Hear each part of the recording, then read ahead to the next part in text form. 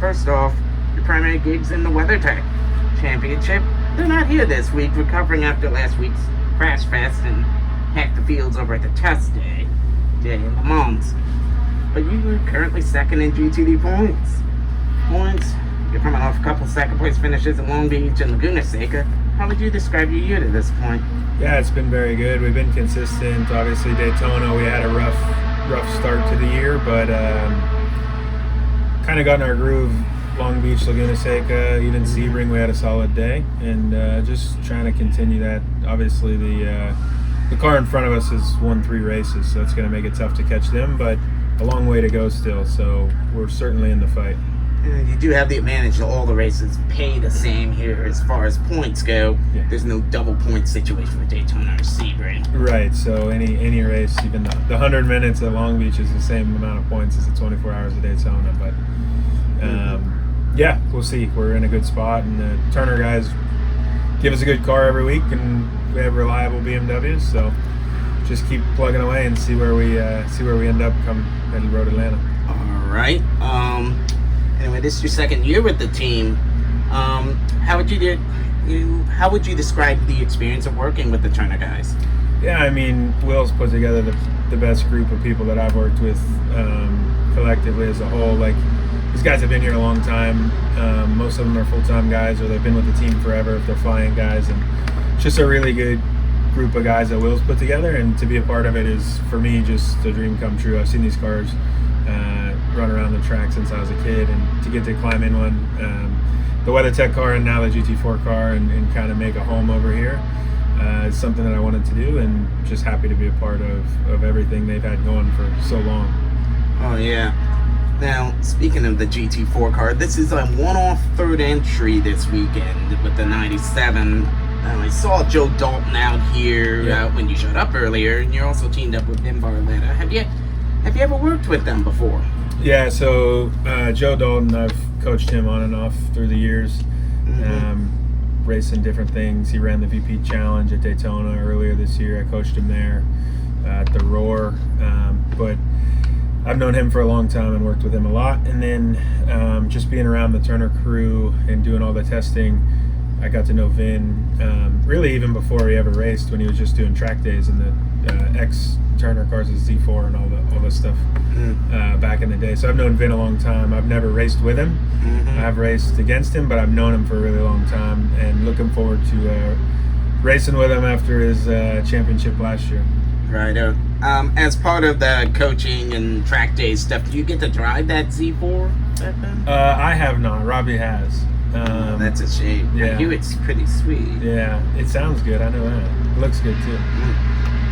It always struck me as being really small inside, just because of the overall tininess of the car, but I'm not really sure. Yeah, I have no idea. I mean, Vin's a tall guy, and so is Robbie, and they both obviously fit in it, so I think I'd be fine, but I haven't really laid eyes on it. But when I first met Vin, he was just driving one track days and whatnot.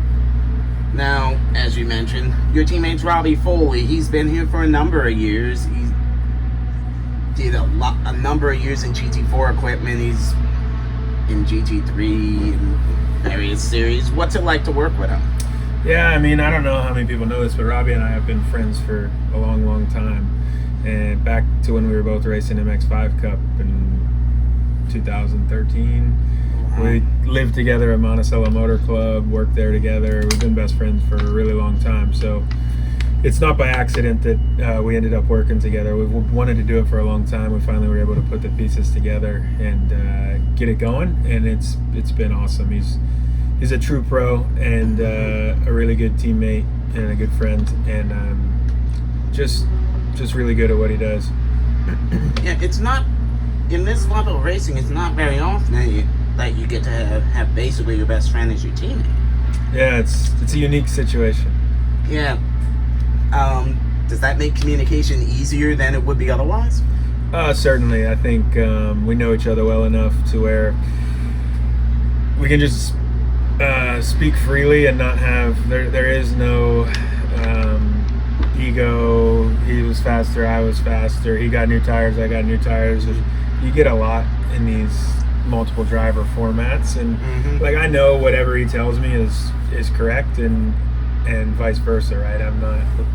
We both understand that it takes both of us pushing the ball in the same direction to roll it downhill.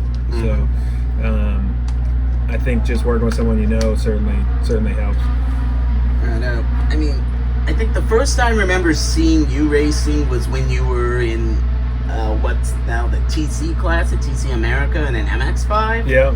I mean, obviously that class was a lot bigger back then than it is now. Yeah. They were. I think at some point they didn't allow certain people to start races at Lime Rock because they had like 34 cars. Yeah. They're in the one class. I mean, what are your biggest memories of racing on that level? I mean, I think kind of parallel to that, I won the MX-5 Cup Championship in 2017. I would say that was probably my best season to date. Back then, it's such a fun series to run, and it's hard to win those races. And I did it for a couple years and figured out how you race those cars, and got in a good car with Macomb McAleer Racing at the time. And I would say that was probably my best memory of kind of coming up through the ranks. If I had to say anything else, just club racing with my family, my mom and my dad, and aunts and uncles, and everyone's working on the cars. Like that was really fun. We're here in Mid-Ohio, so I grew up an hour down the road. It's a hometown race. Does that put any extra pressure on you? I don't think so. I mean, I got a lot of people coming, but I mean, we race in Indianapolis. They all come there too, and have, they travel pretty well. My crew, if you will. No, I don't think it puts any extra pressure on me. I think we're a one-off entry, so we can throw the dice in the strategy if we need to, and see where we end up, and going for broke. Like there's no point in finishing 8th and trying to have a good points there, right? It's either a podium or nothing. So right out now. A lot of your GT4 experience has been in Aston Martins in the past. First off, have you been able to drive the M4 GT4 to this point?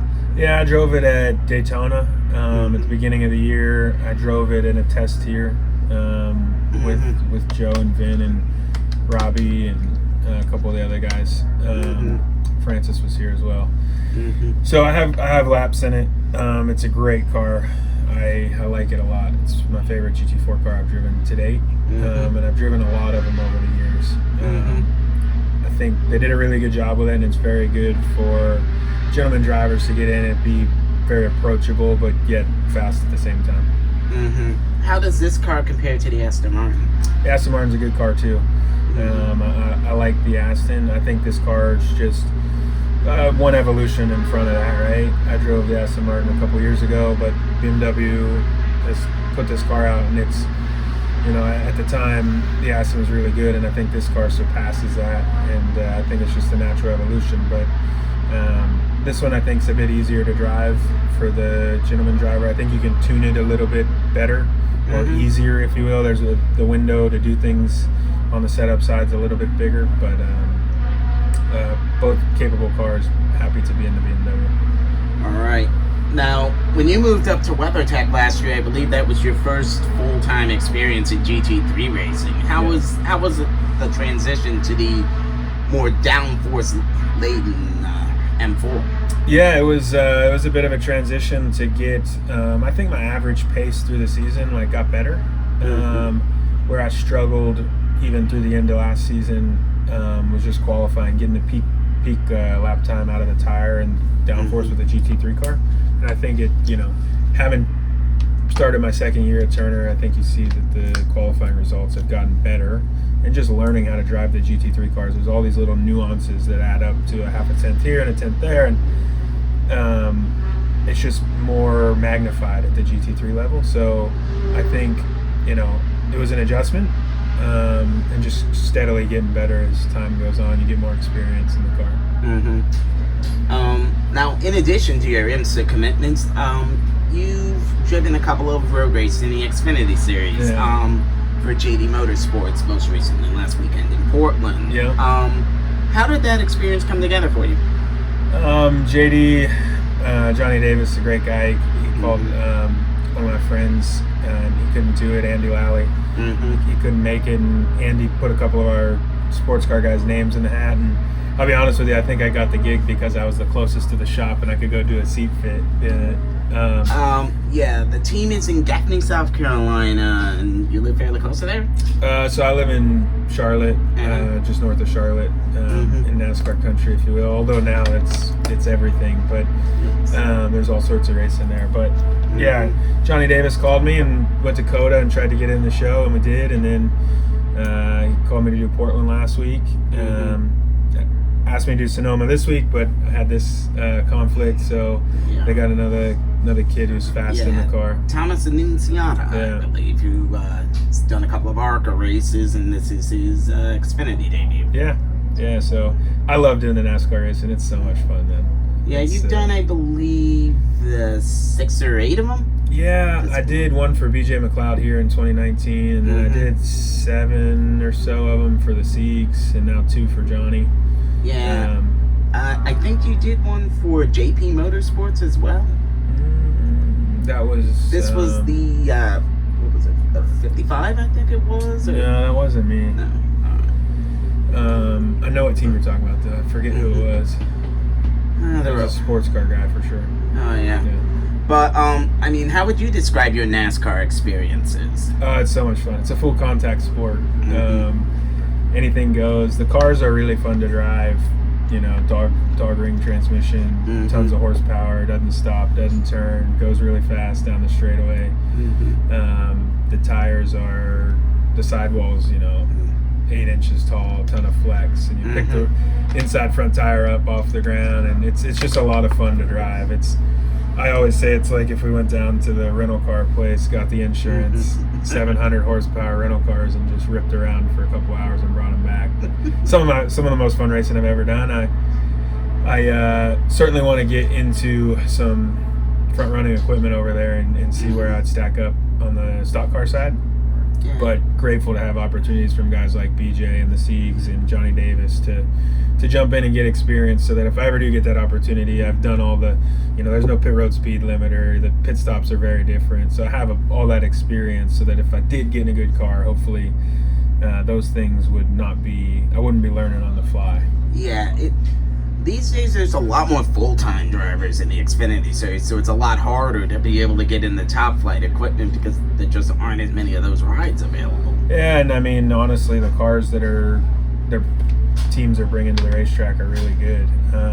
There are a lot of really good race cars in the Xfinity Series, and that hasn't always been the case. When I started here in 2019, it wasn't so hard to run, top 20 in the race and qualify in the top 25. Now it's, there's 25 lease motor A program cars, and they're not all Gibbs or JRM, but they have really good stuff, and it's really, really tough for guys like BJ and Johnny who are doing all they can with as little as they have to get going. Yeah, if I recall correctly, Johnny Davis's team kind of has their own engine program, or they've had their own in the past. I remember interviewing Mike Wallace years ago, and he described it as not being the best engine program, but it's an affordable program for the team for what they can do. Yeah. Since sponsorship's kind of tough, but they do what they can to be competitive. Yeah, I mean, all those guys over there, they do a lot with a little, and every time I show up to the racetrack, they put as good a piece as they can on the track with what they got, and they do a really good job. Right now, I mean, we're coming off Portland. You finished 24th out there last weekend in a rather rough and tumble race. How would you describe Portland in the Xfinity Series? I kind of rode around the whole time. I didn't have a third gear. It broke in the first lap of the race, so I didn't really race anybody, just kind of attrition race until the last 2 or 3 laps. I think I passed 2 or 3 cars. But it looked like it was pretty wild in the midfield. They were knocking each other out of the way, which was fine with me. Like I said, no third gear, so from a competitive standpoint, our day was pretty much shot. Just riding around hoping people wrecked and broke. And by the end of it, it worked out. I mean, we ran 24th, which is a good solid payday and points for those guys. And got it in the show. Everything went according to plan.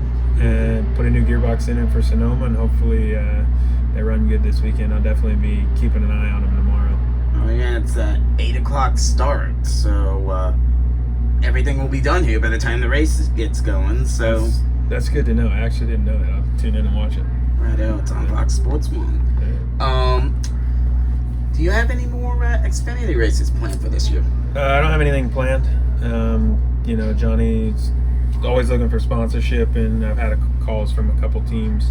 And depending on, you know, if they sell the race or don't put me in, or if someone comes in and buys it, you know, it's just kind of really fluid. I have a seat, and it's all fitted and ready to go. So it's living there. It's pretty easy to, you know, the Monday of the race, they call you and you go put some seat rails in the car and make it work. Excellent. I mean, as far as I know, your schedule would permit you to do the street race in Chicago and Watkins Glen. Roval is out because that is the same weekend as Petit Le Mans.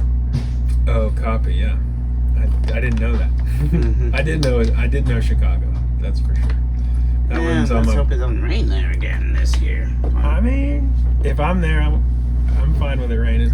I mean, light rain, okay. Yes. Floods, no. Yeah, we can't get rained out, but we need some rain on the track to get a little advantage. And I mean, that was an interesting race. It's just it got to raining, and well, actually, they had to stop that race due to lightning. Yeah.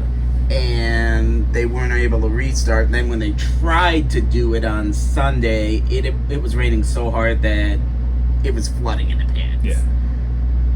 Nightmare scenario. Yeah, I mean, they hadn't had that kind of rain in 20 years, you know? Yeah. I mean, I enjoyed watching what I could see. Yeah. But, oh well. Have you looked into potentially trying ovals in NASCAR? I certainly would like to. I mean, I talked to Wayne in the past. Wayne Otten, who runs the series, Yes. and like go run Martinsville and Richmond, and then slow mile and a half. And they certainly have a way you got to do it. It just comes down to sponsorship and opportunities. But yeah, I'd like to. All right. Now, basically, as we mentioned earlier, you and Robbie are second in points right now. What do you think you guys have to do to usurp the Windward dudes and possibly win this title? Yeah, I think just have solid days and control what we can control, not get caught up in, you know, this pays this many points and this and that. Just have solid days, no bad days. If you limit your bad races, and we run in the top 5 every week and bring good race cars, you know, I think we'll be in the hunt come Petit Le Mans. All right, sounds like a plan. Yeah, awesome, thanks. Steven Stump of Frontstretch.com here. Come back for more great racing videos, and if you like us, don't forget to hit that subscribe button.